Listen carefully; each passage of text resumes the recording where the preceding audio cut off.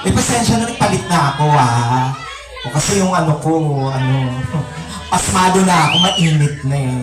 O basa na ako sa pawis. Kaya maraming salamat. O di ba, comedy act naman yung ginawa niya, di ba?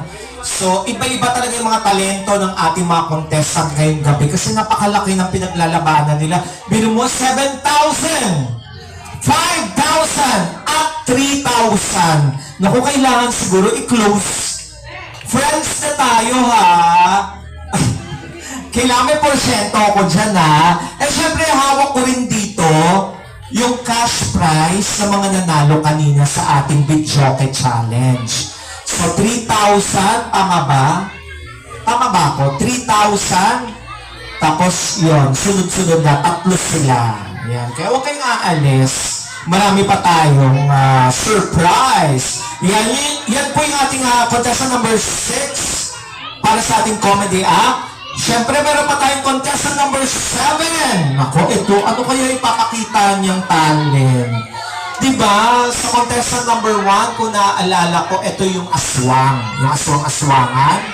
Contestant number 2, ito yung bumirit. Parang, tawag ng tanghalan. Contestant number 3, naalala nyo? Ano yung contestant number 3? Yung balancing. Napakahirap din nun. Tapos number 4, yung ating, kung naalala ko, number 4, ano ba yung ginawa niya? Puppetry. Tama? Oh. Tapos number 5, yung ating, naalala niyo pa ba? Number 5, beatbox. Tama? Number 6, yung comedy act natin. So, ito naman, number 6. Ito na. Ay, kakaiba din yung gagawin niya.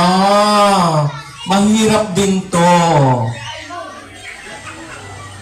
O, so, yung mga yung mga bagets, tabi-tabi muna kayo. Kasi medyo delikado din yung gagawin niya.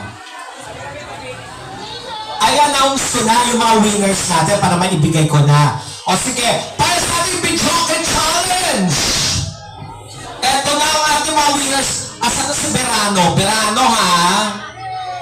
Yung porsyento ko, ha? Papatumba talaga kita. Oh. Yung mga, isasama mo ko saan? Napakahayop, isasama daw ko sa higaan. Ano gagawin ko to? Matutulog lang tayong dalawa. Akala ko sasama sa deliver ng tubig. Para sa ating Videoke Challenge 2025 ng Barangay 63, Zone 71, our third prize to be awarded by Kagawad Myra Toledo.